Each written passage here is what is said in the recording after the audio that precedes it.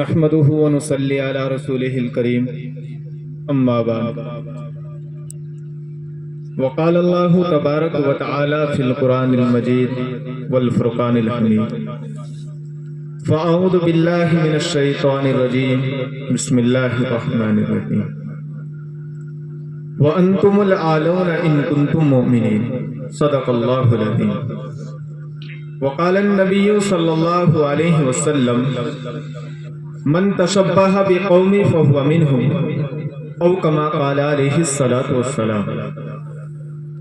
Stage پر جلوہ افراد علماء اکرام اور معزز سامعین اکرام، میں نے آپ حضرات کے سامنے قرآن کریم کی ایک آیت تلاوت کی۔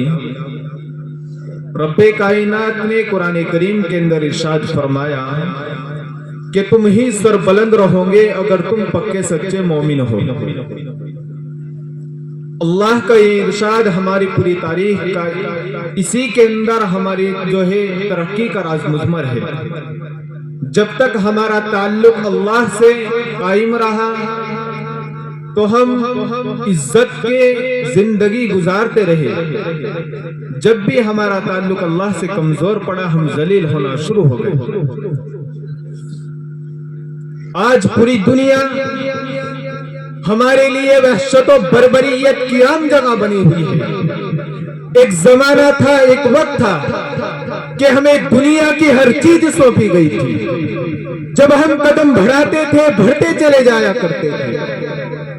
باطل کی طاقت و قوت ہماری راہ میں حائل نہیں ہو سکتی تھی، اور علامہ اقبال شاعر نے کیا ہی خوب کہا کہ مغرب کی وادیوں سے گونجی اذا ہماری، کہ مغرب کی وادیوں سے گونجی اذا ہماری، تھمتا نہ تھا کسی سے سیلے روا ہمارا۔ مسلمانوں، مذہب اسلام نے ہمیں وہ مقام عطا کیا ہے، مگر افسوس صد افسوس آج ہم نے اس کی قدر نہ کی، ہم اپنے اصلی مقام سے ہٹ گئے۔ مسلمانوں یاد رکھو، ہماری جو سربلند اور باعظمت ایک تاریخ ہے، وہ مکروہ تاریخ میں منتقل ہو کر دنیا کی تمام تاریخوں کے سامنے سرنگو نظر آئی۔ آج مسلمانوں کو ہوشیار ہو جانا چاہیے، آج مسلمانوں کو بیدار ہو جانا چاہیے کہ آج مسلمانوں کے اوپر جوف و جفا، ظلم و ستم کے پہاڑ توڑے جا رہے ہیں،